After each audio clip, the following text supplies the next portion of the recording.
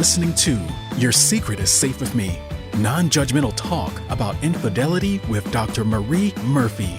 If you're looking for new perspectives on complicated relationship issues, you've come to the right place. Days go by, they're crawling by. Hi everyone, I'm Dr. Marie Murphy. I'm a relationship coach and I help people who are cheating on their partners or are engaging in anything they think counts as infidelity to deal with their feelings, clarify what they want, and make decisions about what they're going to do.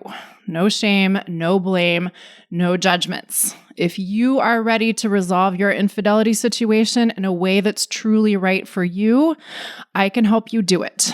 I have a self-guided course called You're Not the Only One that you can purchase and begin to make use of immediately. And you can also work with me one-on-one via Zoom. To find out more about either of those options or to get started immediately with either of those options, head on over to my website, mariemurphyphd.com. I can't wait to meet you. All right. I am going to be doing things a little bit differently today. If you have been listening to this podcast for a while, you know that I usually devote sustained attention to a particular topic or to a particular grouping of topics within each podcast episode, and I'm not doing that today. And here's why. There are so many moments when I'm, just getting off a call with a client or I'm, walking the dog or dogs as the case may be. More on the dogs plural thing later. And I have a thought that I want to share with you people, meaning the folks who listen to this podcast and want to hear what I have to say about infidelity related things. But I often don't ever get around to talking about those things because I either don't think that they quite merit a full-length podcast episode or what I've considered to be a full-length podcast episode in the past, or more likely, I just don't quite have the time or the bandwidth to turn them into a full-length podcast episode. There are only so many hours in the day. I too am subject to, I guess you could say, the ways we think about and make use of time in this particular place and era. And I can't get around to doing all of the things that I would necessarily like to do. And that's great in a sense. There are always more interesting things to talk about, but I may not get to all of them. So, in other words, I'm shifting up the format of this show a little bit for the sake of allowing myself a little more creative license and also for the sake of allowing myself to talk about things in a slightly more off-the-cuff way. And we'll see how it goes. If you've been following me for a while, you know that earlier this year, I released a group coaching program version of You're Not the Only One, and then I promptly shut it down within I think it was like 2 months after I started it. I don't even remember at this point. And I also recently went from having this podcast air once a week to every other week. And I'm actually very much considering going back to a once a week format, but I haven't officially made that decision yet as of this recording. So we'll see what happens. Part of what I'm modeling here for you is that it's okay to experiment a little bit. It's okay to change your mind a little bit. It's okay to do things differently. It's okay to not know exactly what you want to do and how you're going to do it. It's okay to feel your way forward in life, even if it's a little awkward at times, even if it's really awkward at times. And I'll say more about that later. But before I do that, I also want to tell you that going forward, I'm going to start answering listener questions on the podcast again. I did several episodes last year that were exclusively devoted to answering listener questions. And that was a lot of fun for me and hopefully a lot of fun for you as well. And I am now officially opening myself up to listener questions again. So if you want to submit a question that I may or may not answer on the podcast, go to the contact page of my website and either use the form on the contact page to submit a question or email support@mariemurphyphd.com and submit your podcast question that way. Now, let me tell you a few things about this. First of all, I can't promise that I'm going to answer all of the questions that people submit. So I just want you to know this right off the bat. It can be very exciting to think that you're going to submit a question and I'm going to answer it for sure. And I'm going to answer it within like a week or 2 or 3, and that all of your problems are going to be solved and it's going to be magical and great. And that may not happen. All of those things may not happen, or any of those things may not happen. There are lots of reasons why I can't promise to answer all of the questions that people submit. But the reasons are less important than the essential point, which is just that I want you to know that this isn't free coaching. I don't offer free coaching. I offer this free podcast, which is a pretty darn useful resource if I do say so myself. But I'm not offering you guaranteed free coaching. Now, if you want me to answer your question on the show, here's the way that you can make it more likely that I will do so. If you make your question specific and succinct, I will do my best to answer it. So when you submit your question, give me a couple sentences of context about what's going on, and then clearly state the question you would like me to answer. Now, when I did this whole Ask Me Anything series of podcast episodes last year, a lot of people did just that and it worked out great. A lot of people sent me a little bit of context and then the very specific question that they had about their situation or what they had going on. And that's great. But I also got a lot of novel length emails. I also got a lot of not necessarily novel length emails, but long-ish emails that were simply too much information for me to digest and attempt to respond to in this way. And some of what people sent me in these longer emails wasn't really all that clear or to the point. And the questions were sometimes along the lines of, what do you think I should do about all of this? Now that I've told you my whole story, what do you think I should do about all that? And those are not the kind of questions that I can answer on the podcast. If you want to talk about broad questions like that, if you want help refining your thinking about your big ol' unwieldy infidelity situation, and you want help identifying what your specific questions are and then addressing those, that's what I'm here for. But that's the kind of stuff we can accomplish within the context of a coaching relationship, right? Okay, so in summary, having a question answered on the podcast can be super helpful and a lot of fun. And I want this to be helpful and fun, but asking a question and getting an answer from me on the podcast really isn't the same thing as receiving coaching on a sustained basis. And sometimes that's what we need to make a dent in our situation, right? Okay, all of that said, and this is very much related to what I just said, now I want to talk about what I call the magic button. And when I talk about the magic button, I am not talking about the clitoris or the clitoris, depending on where you're located in the English-speaking worlds. I am not talking about the G-spot. I am not talking about the prostate. I am not talking about your nipples. I am not talking about that special spot on the sole of your left foot that drives you crazy when your lover touches it in that specific way. I'm not talking about that kind of magic button. Rather, those are great magic buttons, but those are not the magic buttons I'm referring to. The magic button that I'm talking about right now is the one that we wish we could push to answer all of our questions about our infidelity situation, or to magically resolve our infidelity situation in a way that we are delighted with without having to do much of anything.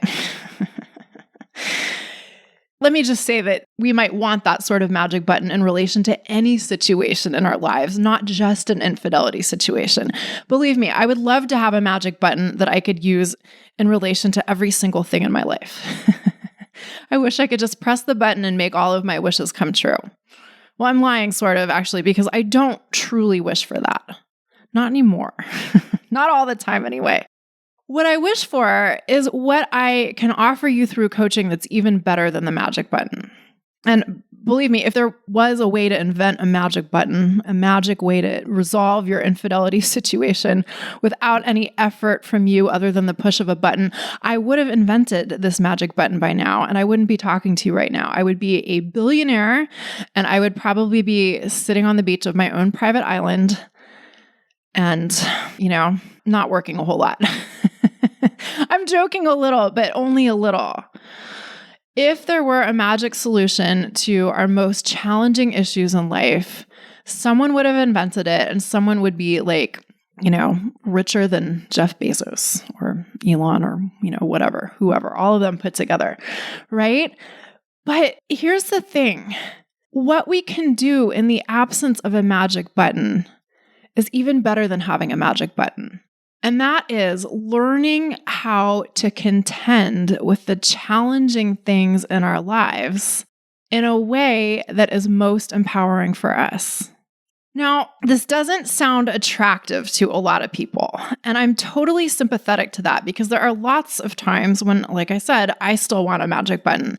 And it's really funny, side note here, there are times when I've participated in various business mastermind type things with other coaches, and coaches, at least the sorts of coaches that I professionally associate with, practice and teach what I practice and teach, which is that there really aren't magic answers out there in the world waiting to be discovered. We have to create our own answers for ourselves.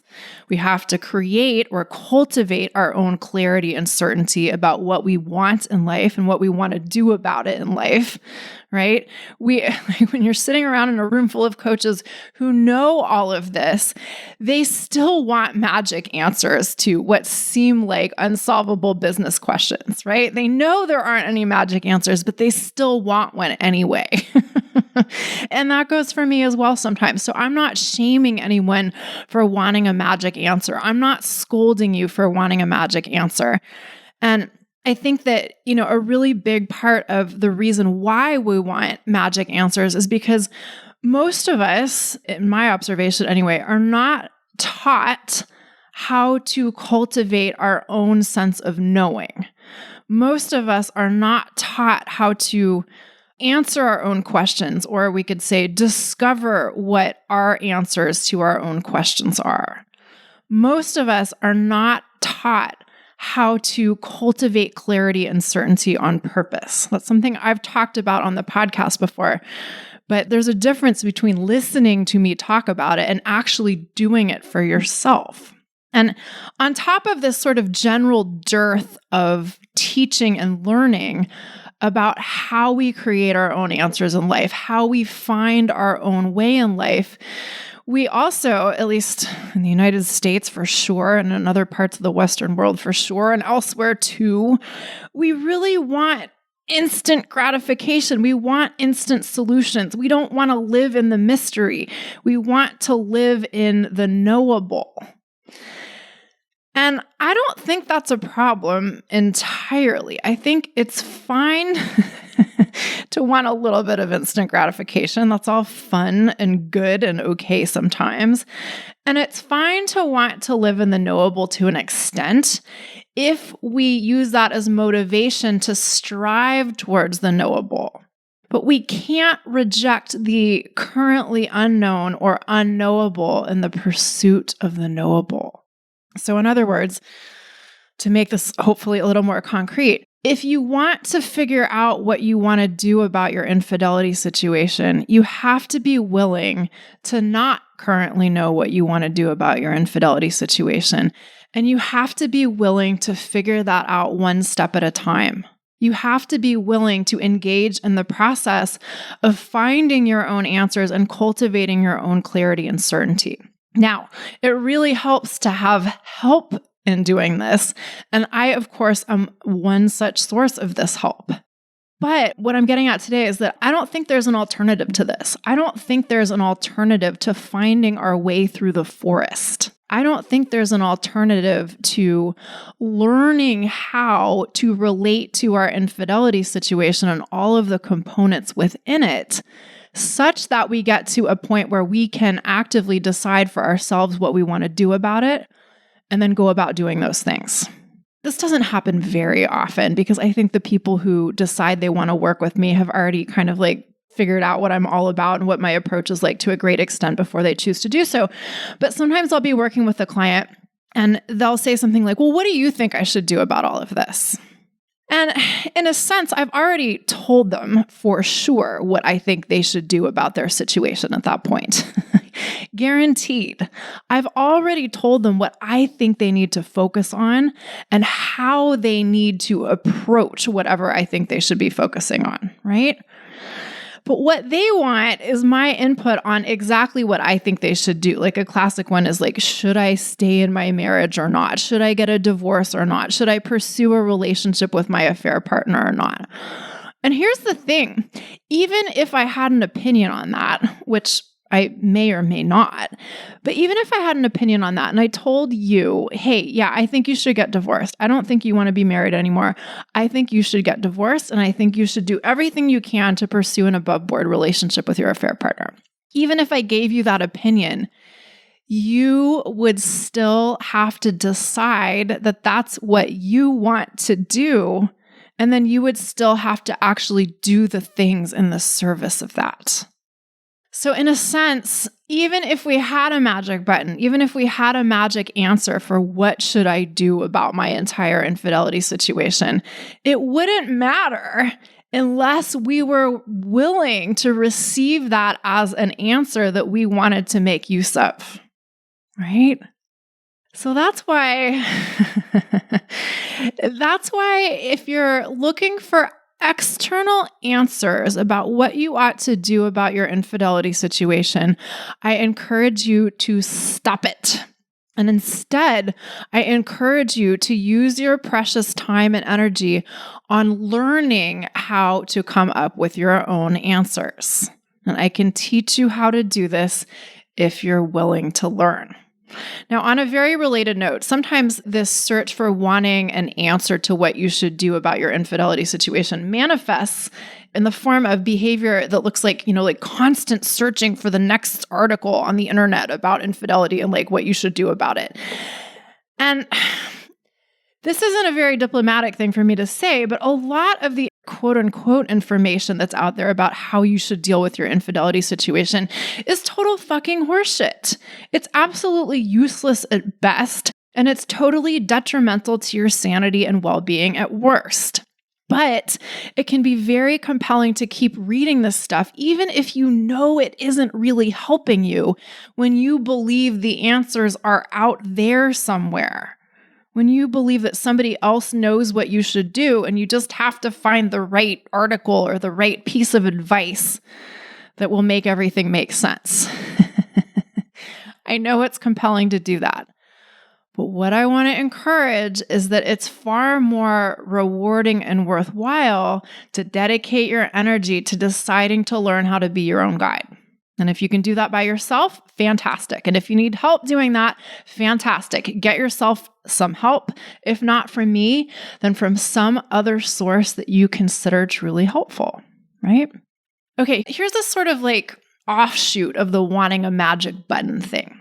Sometimes people will say to me, yeah, I know there's no magic button. I know I have to figure this out for myself in my own way, but I just wish there were more examples out there of other people doing the kind of thing that I want to do in relation to my infidelity situation and living happily ever after. So a pretty common example, by the way, I focus on a very narrow set of examples on this podcast over and over and over again.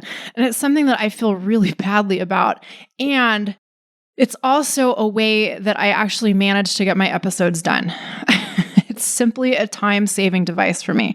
So anyway, what I was about to say was, a common thing that I see is people who want to leave their marriage and pursue a relationship with their affair partner and who have kids or family. They really want to know that they can maintain a family life with their potentially future ex-spouse and their kids and their extended family.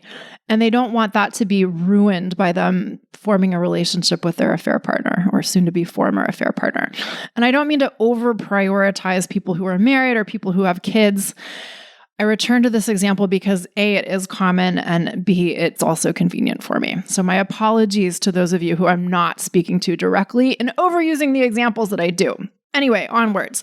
So a lot of people want to see that other people have left their marriages and maintained a good relationship with their ex-spouse and have had a relationship and have formed an above-board relationship with their affair partner and had that relationship integrated into their family life, and their kids aren't all fucked up and angry with them, and everybody's reasonably okay, and life just continues pretty well. People want to see examples of that all the time. And I can't tell you how many clients I've had who have lamented the lack of examples of that in their own lives. Now, sometimes people want to see examples of very different things. The general point I'm making here is that a lot of times people want to see that someone else has done what they want to do first. People want proof that what they want to have is possible, and they want that proof through seeing that other people have done it. Now, here's the thing. I think that it's fine and well to want to see examples of what is possible. I think it's fair enough to think that you're doing something that's totally out of the ordinary, and you want to see that someone else has blazed that trail for you. But here's the problem. Two problems, actually. The first problem is that there's a difference between wanting to see examples that other people have done what you want to do and have survived and even thrived, and depending on seeing examples that other people have done what you want to do and have survived and thrived. Wanting to see examples is fine and good, but if you're waiting for examples to pop up and hit you in the face before you can consider moving forward, you might end up waiting a long time. And the other thing is, it's possible, I'm not saying that it's necessarily likely, but it's possible that there aren't any examples of what you want to do, or not exactly what you want to do, right? It's possible that what you are hoping to do in order to resolve your infidelity situation in a way that you feel good about is completely and 100% unique. Now, my thinking is that on this planet of about 8 billion people, there's a good possibility that somebody has done something pretty similar to what it is you want to do before. And that if you were to search for an example of the thing you wanting to do being possible, you just might find it. But there's a difference between wanting an example and not looking for one, right? More on that in a minute. And there's a difference between wanting to see examples of other people doing things like what you want to do and believing that you have to have examples in order to have permission to do what you want to do, right? You might be blazing your own trail more or less. That might be the way it is. And that doesn't have to be the end of the world because, first of all, we can do hard things even if we don't see examples of what is possible. People do it all the time, right? Your vision is more important than you seeing examples that other people have done the kinds of things that you want to do or the kind of thing that you want to do. But that said, I'm all in favor of you looking for inspiration from other sources. That's great as long as you do it judiciously and to your advantage. If you spend all of your time and energy searching for an example of someone else doing exactly what you want to do to resolve your infidelity situation, you may be searching for a long time. You might find it if you search forever, but everyone's situation is a little bit unique. And if you look for something that matches up exactly with your situation, it might be a long hunt. Even if it's out there somewhere, it might be a long hunt. So instead of hunting forever for an exact example of what you hope is possible, here's what I suggest you do instead. Look for inspiration from different sources or from many sources.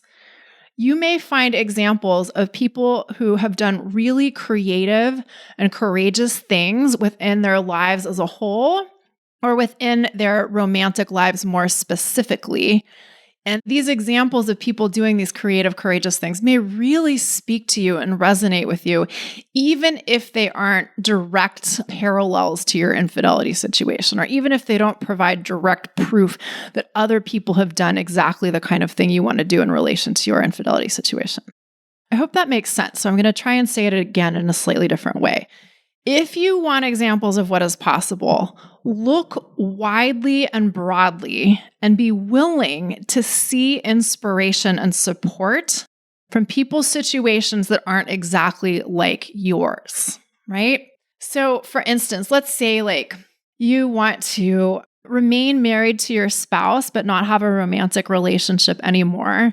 And you want to cohabitate with them, but you also want to be able to have other relationships, and you don't want anyone else to know about your other relationships. You want you and your spouse to have an agreement, and you don't want anybody else to know about what you're doing.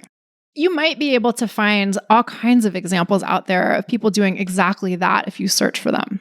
Or you might find examples of people navigating really, I'll just say difficult. That's probably the best shorthand for what I want to get at here. People navigating difficult transitions in their marriages with grace and good humor and love.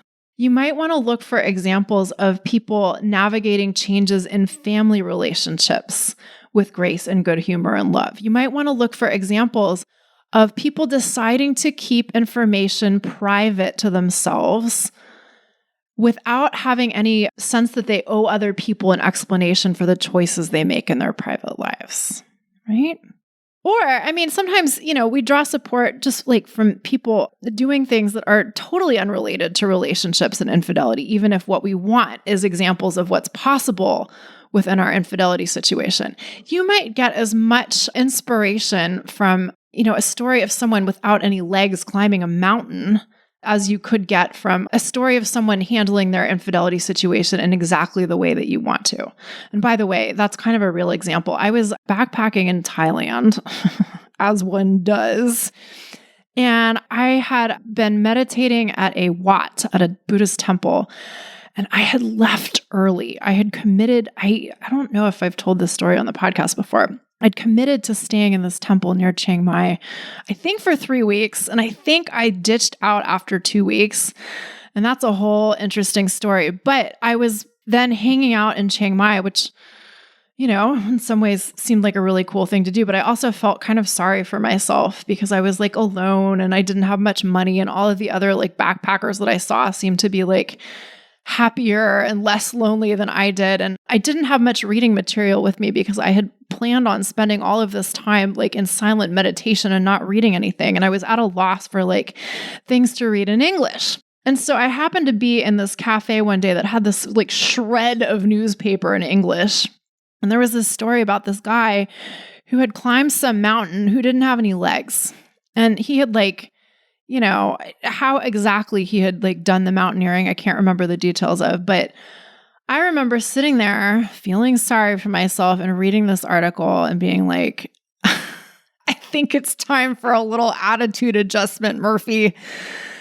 The point isn't that we should all be climbing mountains if we don't have legs, or that we have to aspire to any sort of particular standard of bravery. But it is important to remember that if we want inspiration, it's out there. People are doing all kinds of incredible things every single day. Even if they aren't the same kinds of incredible things we hope to do, we can draw support and we can use them as examples, right? Now, just a word or two about looking for examples that resonate with you. I had a coach many years ago now, many-ish years ago now, who had a very particular approach that I ultimately decided didn't really resonate with me that much. And he, based on what I was dealing with at the time, he was like, you have to watch this particular movie. Like, you have to watch it. It's going to like mean so much to you. And like, it's going to have all of this meaning and it's going to cure you kind of thing. And I was like, okay, fine. I'll watch the movie. Like, I will do what the teacher says. So I watched the movie and I hated it. I was like, A, I'm not getting anything out of this that relates to me. And B, this is just not the style of movie that I like. And I hate this. And I didn't get anything out of this assignment. And I told my coach this pretty diplomatically. And he told me, well, you didn't do it right then. And I said, excuse me? He said, you hired me to help you with this and this and this and this, and I gave you this assignment, and if you didn't get anything out of it, you did it wrong. Well, I gave him a little talking to in a respectful way. We had quite a dialogue about this, and we left off with no hard feelings. But the reason why I share this story is this. We have to find the sources of inspiration and examples that can be kind of parallel to what we're dealing with, if not exact mirrors of what we're dealing with, that resonate with us.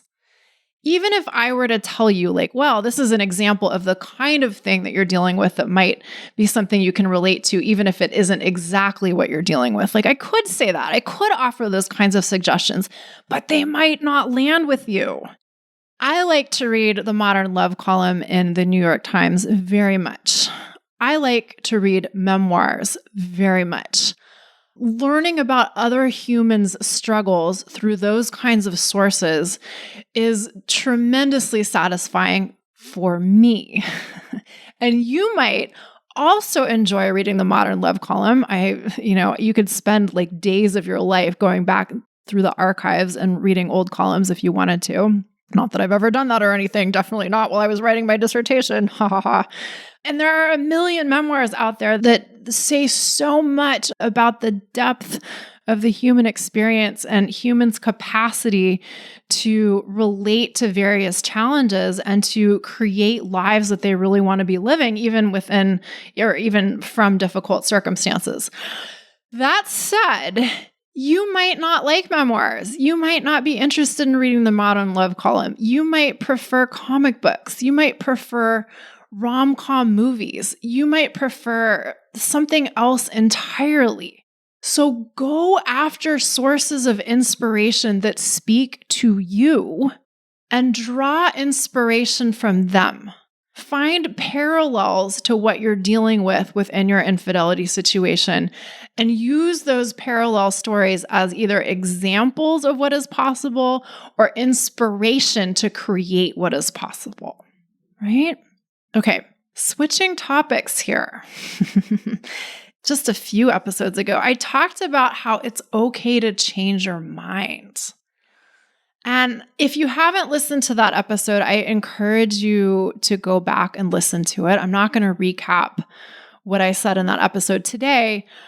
Rather, today I want to talk about the corollary to that. And that is that sometimes we make a decision. Well, I'll just say this. In that episode, I talked about how sometimes we make a decision and we've made the decision for reasons that we think are great. And we've been as clear as we can possibly be on liking the reasons for our decision. And then we make a decision and we decide that we really don't like living in the result of our choices. And what I said in that episode is we can always choose again. And that's okay. It's totally okay. Today, though, I'm going to tell you a story, a very current story in my life about doing the other thing, which is making a decision and not really loving the results of it and deciding to make the best of that. So if you have been listening to this podcast for a long time, you may be familiar with the story of me and my dogs. I had a Westie, a West Highland White Terrier named Seymour, who died almost 2 years ago in the summer of 2022. And then Seymour died, and then that sucked. And then we got Julius. And Julius, oh my God, at first, getting this puppy, it was like I had wanted him so badly. And then we got him, and I was like, this is terrible. Like, this creature is destroying our lives, and this is terrible. And then he grew up a little, and I got used to having a puppy. And Julius became like the best thing ever. And so about this time last year, I had settled into life with Julius and was just feeling so incredibly lucky to have this amazing, sweet, wonderful creature who was turning into such a great dog. And I think I shared this in an episode, there were moments when I was even grateful that Seymour had died to have opened up space in our lives to have Julius. And those moments were always so bittersweet for me. It was what am I thinking? This is a betrayal of my dead dog. But not really, also sort of, and also all the things. It's okay to have been all the things at once. And then So after like settling into this wonderful experience of having Julius, the breeder who my spouse and I got Julius from started telling us that she had this girl puppy. Did we want it? And I was like, no. And I think my spouse was probably more inclined to say yes than I was, but I said, absolutely not. I'm sorry. There's absolutely no way I'm going to consider this. Well, the breeder kept asking.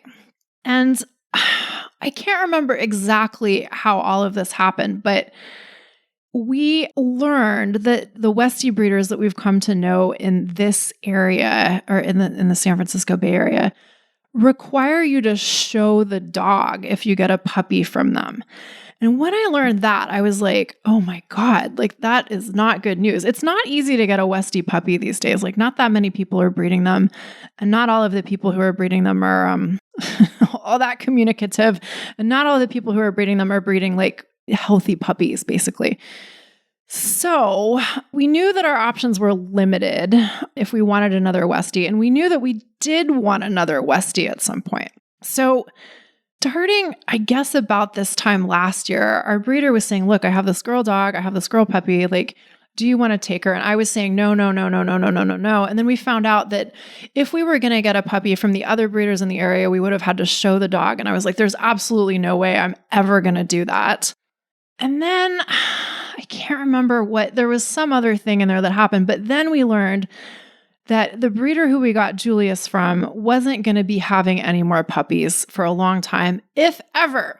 And Julius has turned out to be such an awesome dog that when we found out that this girl puppy that the breeder had was probably going to be her last puppy, I started to think about the whole thing differently. I was like, well, if we want a pair, maybe this is our best shot. Maybe this is even our last shot if we don't want to have to show a dog, which we most definitely don't.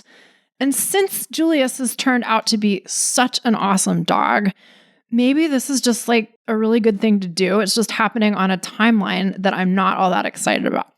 So what did we do? We said yes. We said yes to taking on this girl puppy who we named Lakshmi. And yes, Lakshmi as in the Hindu goddess of spiritual and material prosperity.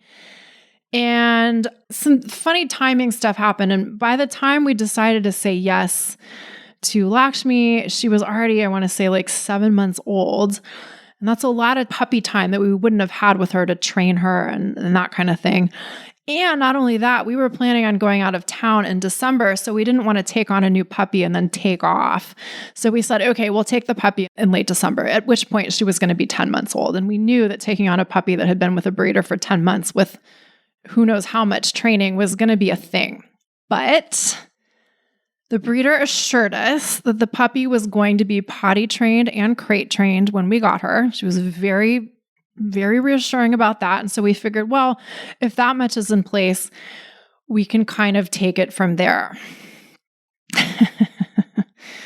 So late December of last year, less than 6 months ago at the time of this recording, we pick up Lakshmi from the airport.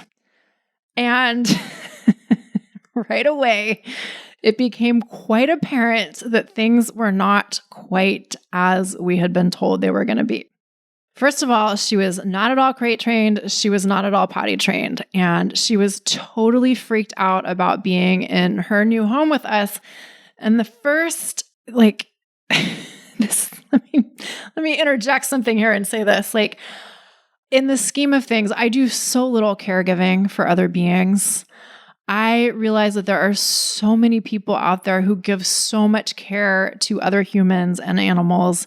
And the amount of caregiving I do in my life right now is very limited. So as I talk about like the difficulties I have with an unpotty trained dog, I realize that in the overall greater scheme of things, like I'm not dealing with that much here, right? But that doesn't make what I'm dealing with any less legitimate. And this is something that's really important. Part of the reason why I've talked about my dogs on the podcast before, and I've talked about my like sadness about Seymour dying, and I'm talking now about the difficulties that we've had with Lakshmi, is to legitimize the fact that your challenges don't have to be like the worst challenges that humanity has ever had to contend with in order to be legitimately difficult for you.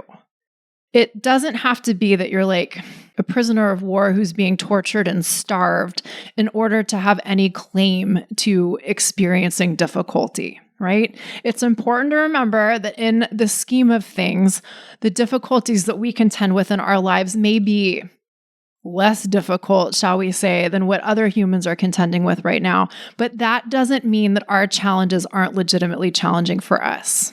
Both of those things can be true at once, right? So to that effect, I'm not minimizing the extent of the difficulties that we've had with Lakshmi, not one bit. And I also want to make it clear that I am good and gosh darn aware that the challenges that I've been dealing with doggy drama in the last less than 6 months are not that big of a deal in the overall greater scheme of things. But oh my God, have they been hard for us, and perhaps more specifically for me. So anyway, we get this puppy who is not at all crate trained, not at all potty trained, and is totally fucking unhinged. And then she goes into heat, and Julius is intact, and it was a very unpleasant 6 weeks or so. And throughout this period of like dealing with potty training and crate training and Lakshmi being in heat and Julius being totally interested in her condition, so to speak, we noticed that Lakshmi was limping a little. And at first we were like, well, like dogs get funny things happening, like whatever, maybe she'll just like walk her way out of it. But then it became really clear that like the limp was persistent and it was not getting better. And so we took her to the vet. Guess what? Turns out that she has a congenital hip issue that requires surgery to resolve. The quotes we got for said surgery in San Francisco were, like the cost of like a down payment on a house in some parts of the United States. So we ended up taking her to UC Davis to get the surgery, and it was much more reasonable there. And we had an excellent experience with UC Davis veterinary care. So if any of you in the area are looking for veterinary care for your animals, we had a really great experience with them, and I'm happy to say so.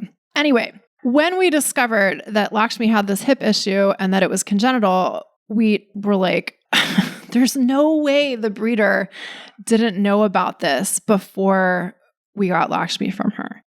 And God, how did all this go down? Let's see what happened. So I think what we did was we like consulted with the other breeders we know in the area. And we said, look, we have every right to know, we have every reason to suspect that the breeder knew about this beforehand. What should we do? And the breeders we talked to said like, yeah, if this issue were to come up with one of my dogs, what I would do is I would refund the fee that the purchasers paid for the puppy as a courtesy. Like when this kind of thing comes up, like, even if you had a contract that said otherwise, like the courteous thing is for the breeder to refund the cost of the dog. And so we got in touch with the breeder and we told her as much. And we said, look, we're committed to giving this dog a really good life, but this surgery is going to be expensive. There's going to be, all sorts of like aftercare. It costs like, I think it was like a couple $1,000 just to get the like issue diagnosed correctly in the first place.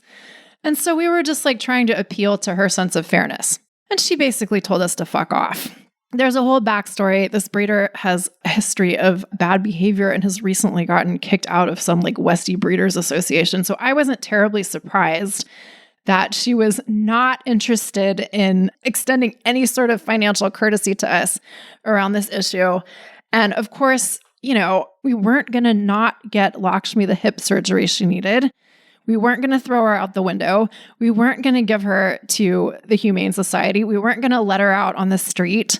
We were going to give her the best life possible, which included giving her the surgery. And so in the last, it's been less than 5 months. What has happened here? In the last 5 months, we've been dealing with this, like, I call her the world's most expensive rescue. Like, Julius is such a great dog. We thought we were going to get another great dog from this breeder. And what we've gotten has been a dog that has had a lot of like issues, shall we say. And dealing with all of this stuff has been kind of a full-time job, or at least I should say a very involved part-time job that I did not think I was signing up for. And I will tell you, there have been days when I have been like, I don't like this. I don't like this.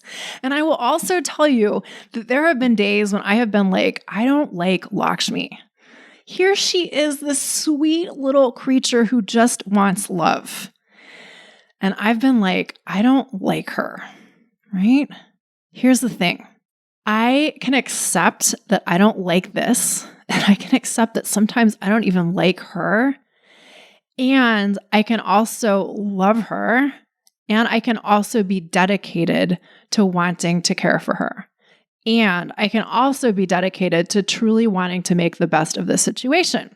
And the reason why I want to make the best of the situation is because I did want a pair of Westies. I really did. I wanted to do that, and I still want to have that. That's important to me for all kinds of reasons, which I will not bore you with here. But that is an overarching priority for me. And so within that, just because I didn't end up with like 2 instantly great dogs, shall we say, doesn't mean that I want to give up on what's most important to me. It's important to me to work with things that are hard sometimes. It's important to me to deal with things that are less than ideal sometimes, if it is in the service of something I consider a high priority or something that I truly value, right? That's different from saying I'm beholden to doing this because I have to. There's a big difference between me saying I choose to love and care for Lakshmi because I decided to take her on and I want to love her, and saying, well, I can't get rid of her, so I'm just stuck with her. I'm not stuck with her. I could give her away. I've given a pet away before. It sucked, but I did it. And it was the right thing to do at the time. It was an African gray parrot, by the way. Another story for another day. Not fun to give it away, but definitely the right thing to do.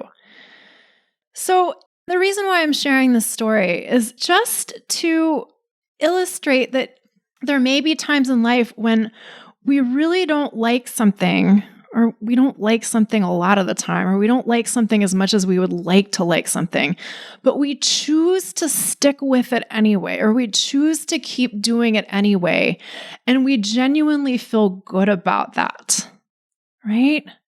There may be times when we don't like something and we just want to say, I don't want to do this anymore. And that's important to recognize. But it's also important to recognize that there may be times when we are truly, deeply, madly willing to deal with something that is less than ideal, right?